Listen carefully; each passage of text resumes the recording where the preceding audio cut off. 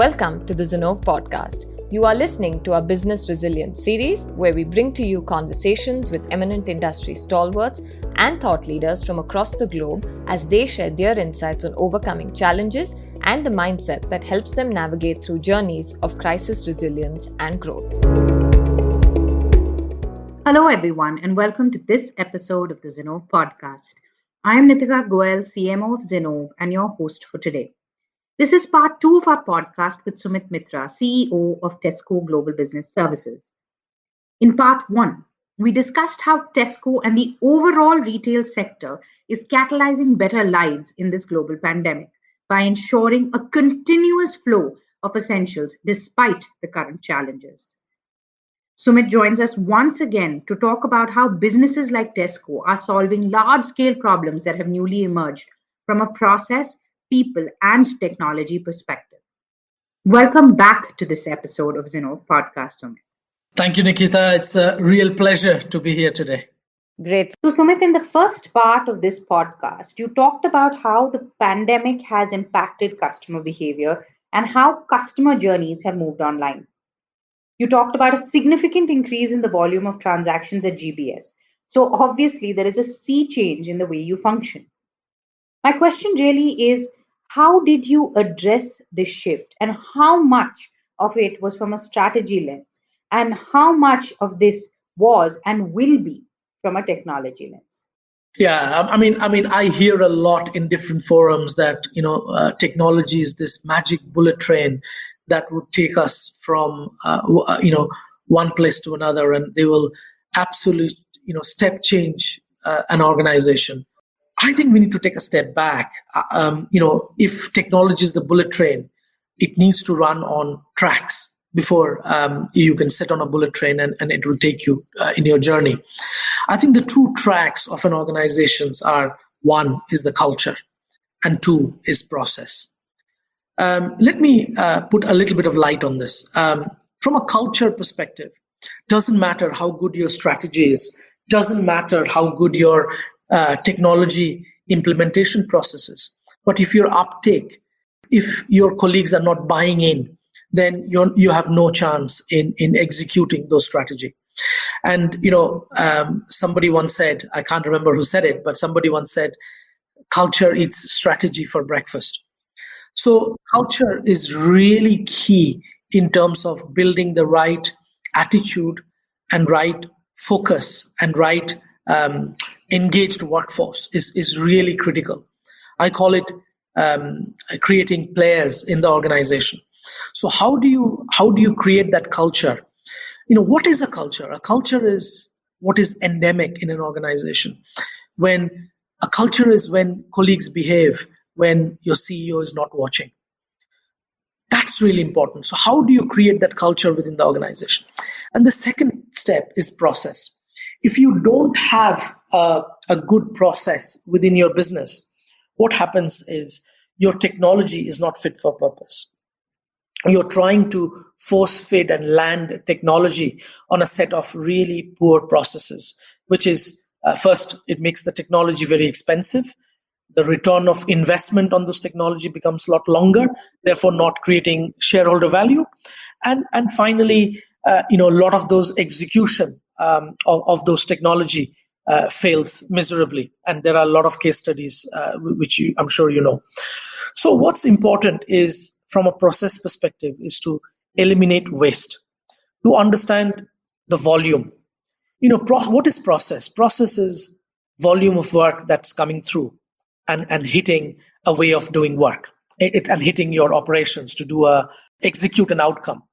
So volume can be of two types: good volume that generates profit and revenue for you, and bad volume that is reputation or customer complaints.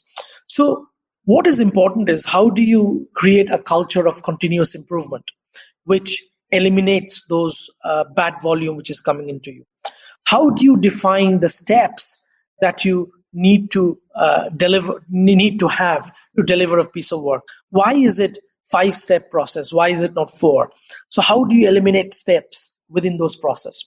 And what is the cost? What is the time that is taking you to do those steps? Why is Joe Blogs taking 12 minutes to do a part of a process, whereas somebody else is taking 20 minutes.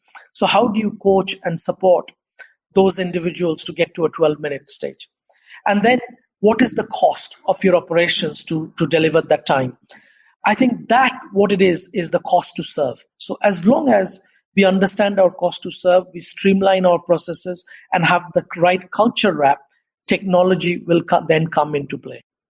And, there are the volume of work that comes through, whether it's in a shop, whether it's through operations, whether it's through your head office. What's really important is how do we understand the process flow and how do we understand end to end of the process?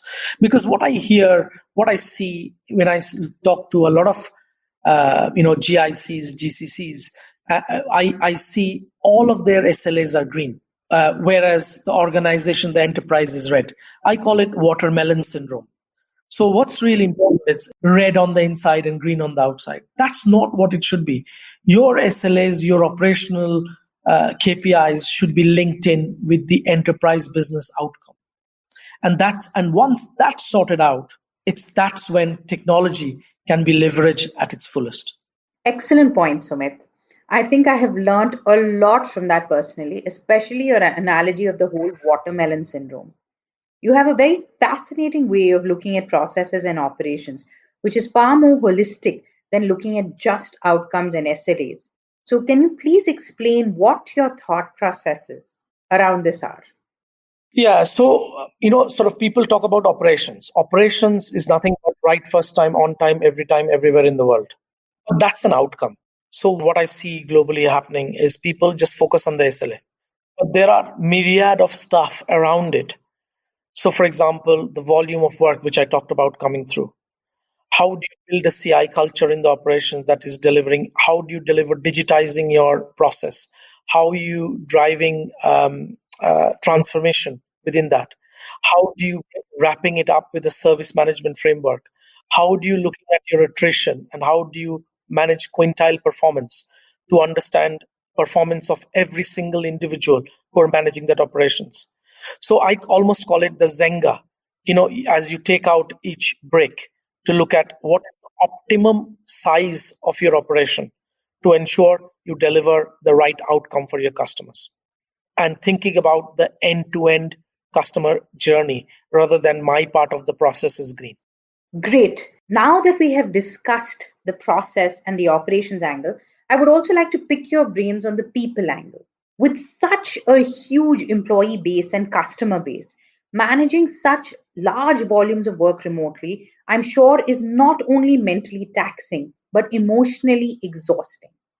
So from a GBS perspective, how did you keep your employees motivated in these unprecedented times? Yeah, these are difficult times, and what we need to think about is this is not a sprint. This is a marathon. To deal with this marathon, we need a different leadership style and a different resilience that needs to come in. So, we have around 6,000 colleagues across different countries. So first is to get them connected to that purpose. And second, what can the organization do for them? So way back in March, I kicked off something called an organizational pulse survey, a daily pulse survey. It takes 3.5 seconds rather, to do that pulse survey. So the question would be simply, how are you feeling today? You feeling sad, happy, disturbed? So there are different smiley faces that you can choose. And then the second question was about, how was your yesterday? Did you manage to manage your work-life balance? And then you mark it based on a net promoter score, 9 and 10 being you are happy.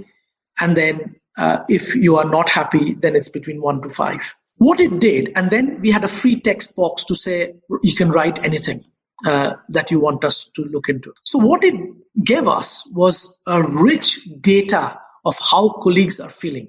And the importance of that was of twofold. One, when you are really working hard all day, working 9, 10 hours, 12 hours, supporting your business, then you've got household chores to look after your family, your children are at home, you're looking after your in-laws. So all that clustered together, you don't get 2 seconds to think about yourself. So what it did is given you a reflection time in the morning to say, how am I actually feeling today? How was my day yesterday? And then in that free text box, we got a lot of requests, whether people are supporting, asking for help on, mental health, people getting support on back pains, people saying they're anxious about, the cost of COVID. That prompted us to increase the insurance for their family members, including their parents. Thinking about delivering chairs, we delivered almost 1,500 chairs to individual houses, delivering mouse, monitors, you name it, delivering, as I said, broadband lines where people were not getting connectivity and creating frustrations. So we were able to tackle, and what it also gave is a trend of how people were feeling. This was important because we haven't done this before, managing a 6,000 workforce completely remotely. And our managers didn't have this technique in their repertoire to deal with so many people working offline, not in office. So how do you deal with it? And what I felt particularly was, if that motivation level and engagement drops, we don't have the tools and techniques to bring it up again. So by collecting this rich data, we were able to get in the right interventions at the right time to keep our colleagues engaged.